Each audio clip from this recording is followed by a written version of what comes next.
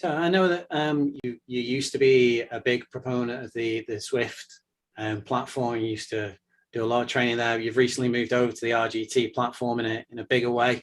What is it that's different about Zwift to RGT? What is it that brought you from the Zwift background and onto a different platform? What had you searching for that difference? I think there was a number of issues, but which I think I'll go into, but the catalyst was actually the racing. We use, we'll talk about later, I'm sure, but the handicap race system is a training tool. And broadly how we do that, it's not perfect, but we'll take someone's FTP or their threshold divided by 3.2, and then whatever that is, the number comes out is the kilos that you need to input for the ride. And obviously it doesn't work so well on flat courses because watts matter more than watts per kilo, but that's a whole nother discussion. You know, what it was, and this is why it's 3.2 when we do the handicap. It's 3.2 was the upper level of the Cat C racing on Zwift generally. And I basically didn't want to interrupt people in Cat B and Cat A because people are going to get a little bit serious there. But Cat D wasn't fair really because it was total beginners generally. Not total beginners, but you know, people that you don't want to mess with them because they're doing some good training anyway. But Cat C was that sort of happy place where we would put our guys in at the upper end of the category in terms of threshold, and then you just race to whoever turned up. So it could be that you're racing team members, but you'd also hopefully get some, because they were open races, right? It could be anybody. And that's where it sort of started. And we looked at doing some races with Zwift, and actually in the end we were offered a race, but the red tape to get through and the hoops to get through and so on to race on what by this point were not generic but much ridden courses. Like there's nothing exciting happened. Yeah. You know, there's only a set number of routes that you could possibly make into a race at an appropriate period. So, you know, oh, it's that same hill again. Oh, look, and it's gone again. Because it became very dull. And so with the red tape and everything else and the sort of barriers they put to creating races and so on, it's like, you know what, even though we're supported by Zwift, I think we're done here. There was other issues, a lot of it actually around the route sort of versatility. I'd ridden 20,000 plus or something Ks in Zwift, you know, completed it basically, and I knew that they're not really putting any money into route generation going forward. Nothing like what they need to. I think they'll do well at the minute because, and this is not sort of Zwift hate at all, because I think it's an exceptional platform. What they've done for the virtual cycling world is really excellent, because it's allowed other platforms to come forward, generate a marketplace. But it just lacks versatility, and then it just got really buggy.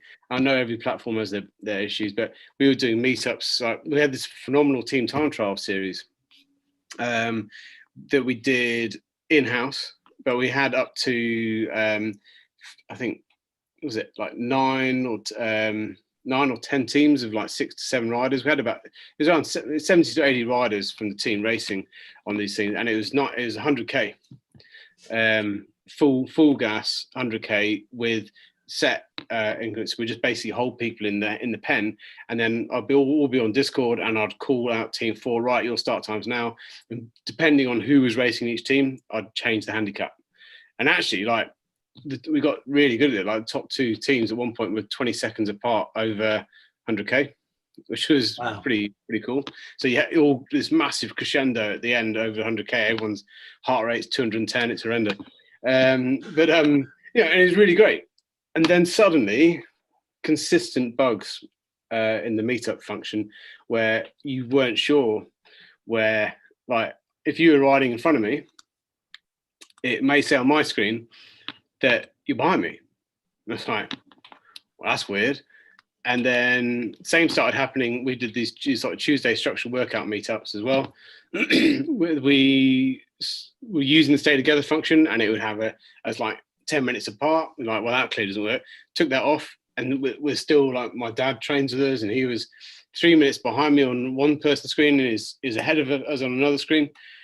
And then, of course, it came to pass that, or I came to understand that Zwift's algorithm is quite different to others. And what one person sees on one screen is not the same. So at that point, as great as these sessions were, the platform became unusable for it, because you can't guarantee what you're seeing. And you got people, I mean, putting it down. Like, the guys are getting 90-minute best power readings, lifetime best power readings, week in, week out, doing these sort of team time trials, because you're just clinging on for grim death, you know. It's horrendous. And then you're trying to attack the other teams, and it's amazing. It's really great. But then, as the data started failing, you know, these platforms are only as good as their data. And we couldn't trust it. And you can't ask people to hurt themselves that much if you're not sure if it's accurate, because, you know, it just takes all the fun out of it, basically. You know, I say the fun, very much type to fun, but, you know, and all the same. So yeah, then that was probably the end of 2019, I reckon. And so started looking at what was coming around. And I've always been pretty much early adopter of Zwift. There's amazing amount of friction, like dragging people onto platforms. Like, one of our athletes who ended up, you know, riding at very high level on Zwift, didn't even know they had the platform for 6 months. And then just dragging, even Rhea is a good example, dragged her onto the platform eventually. And she said, oh, it was amazing, great. And I'm like, yeah, cool. Been telling you that for a while now. But just as we were beginning to, other athletes were trying the same thing, would bring on, and their teammates were like, no, I can't be bothered with it, whatever. And then, of course, COVID hit, right? So we'd started researching new platforms sort of January, February, I guess. And we'd heard obviously about RGT, that things were happening, but it wasn't ready. And it had to be a viable product. You know, we've got guys who are dedicating up to 24 hours a week in training. You know, you can't have them turn up to a session at 5:30 in the morning and it fail, because that's really annoying. And, you know, it's your recommendation, so it had to work.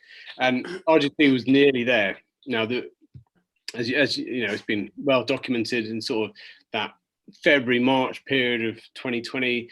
There was some stability issues, mostly user sort of driven, but that seems to have evaporated. Well, it hasn't evaporated, so I'm sure there's a lot of hard work that's gone on behind the scenes, but I haven't had any complaints about that for months now, which is excellent. And so, you know, it became a really viable product. The super exciting thing, of course, was the Magic Roads. The real roads were good. They're great. The graphics are great. You want to go and do a long climb that you can't do in the UK, well, go and climb one too, or do Stilvio, you know, fantastic. But the main thing was the Magic Roads feature, and that was what was like really exciting and got my mind working as to what we could do with the platform and what would be different to using Zwift, for example, or frankly any other platform that we'd ever come across, because you know, what was possible now changed.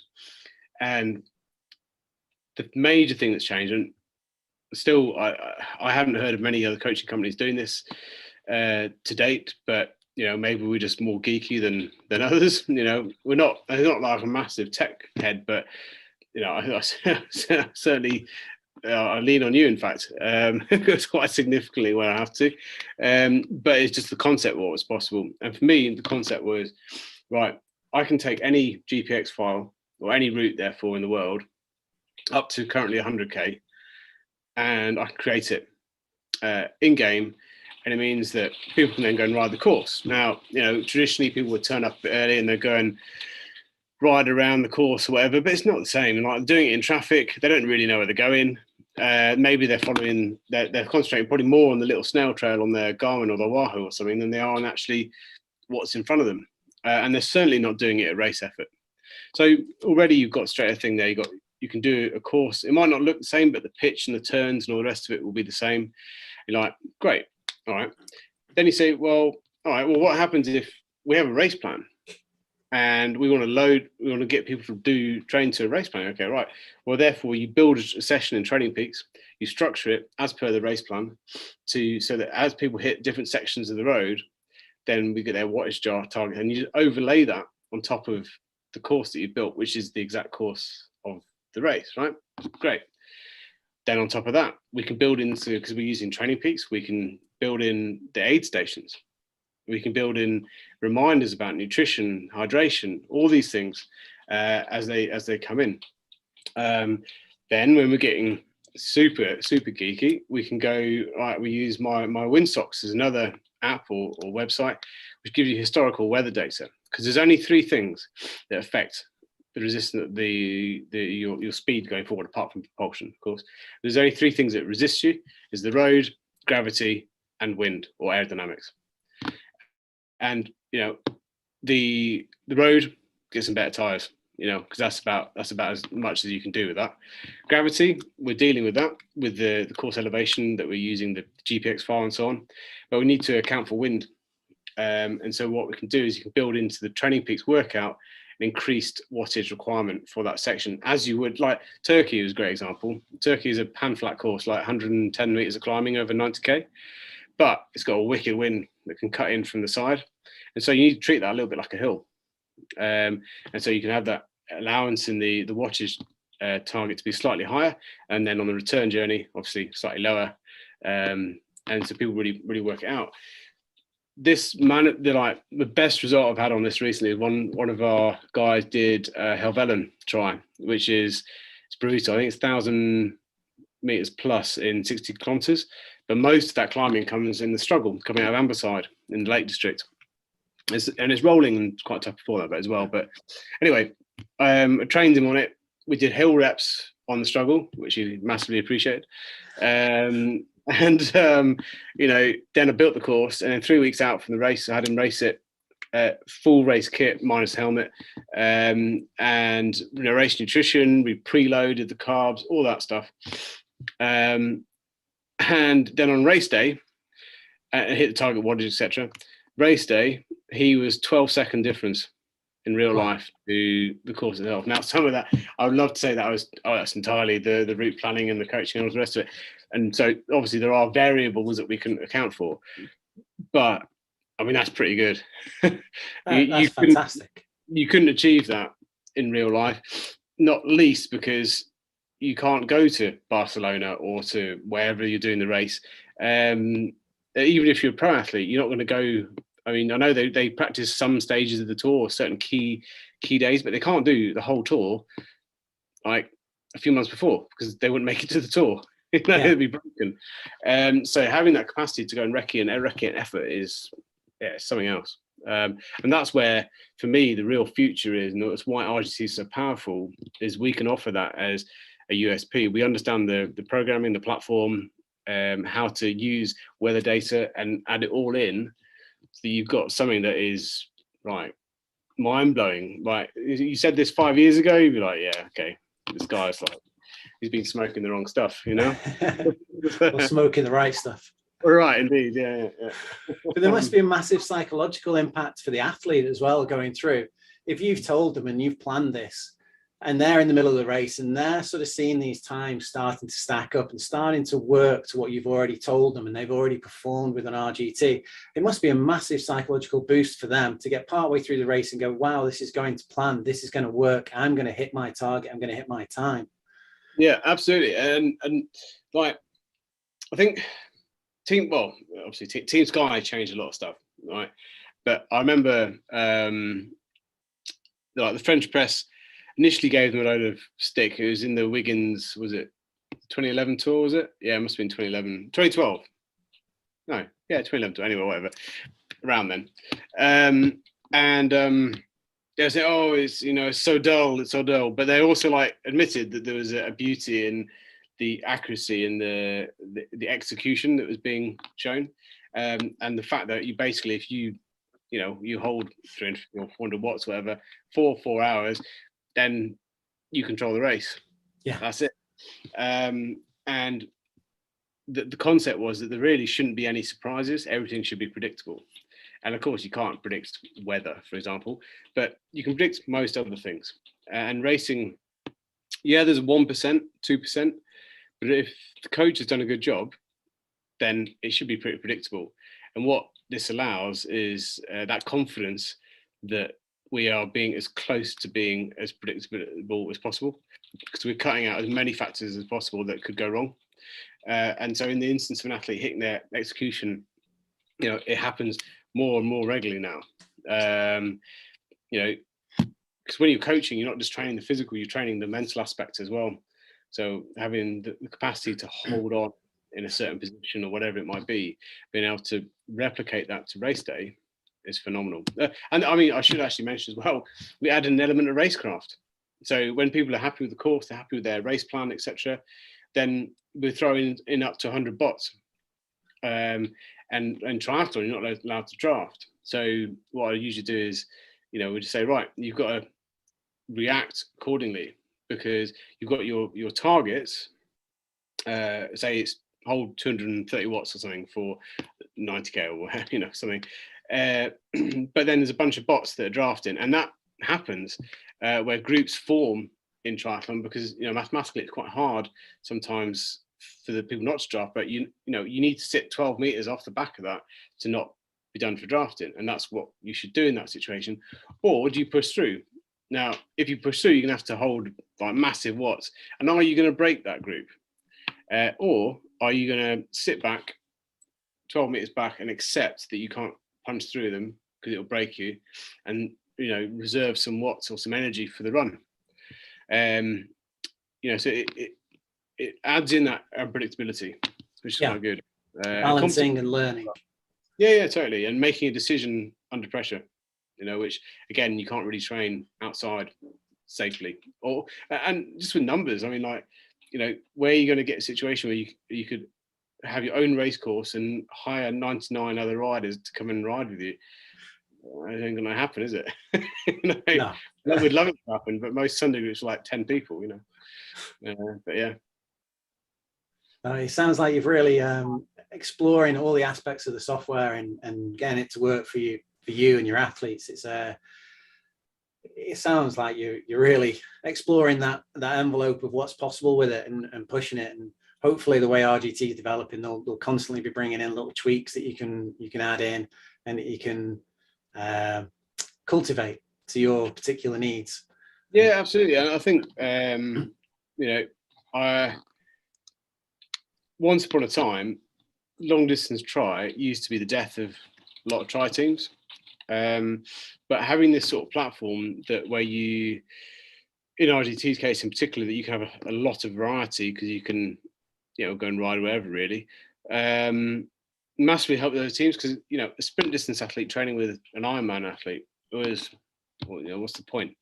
You know, there's no point at all. But now you can have people dip in, dip out. I think it's really helped community. It certainly helped our community within Precision Race Team. You know, obviously over COVID, everyone was indoors.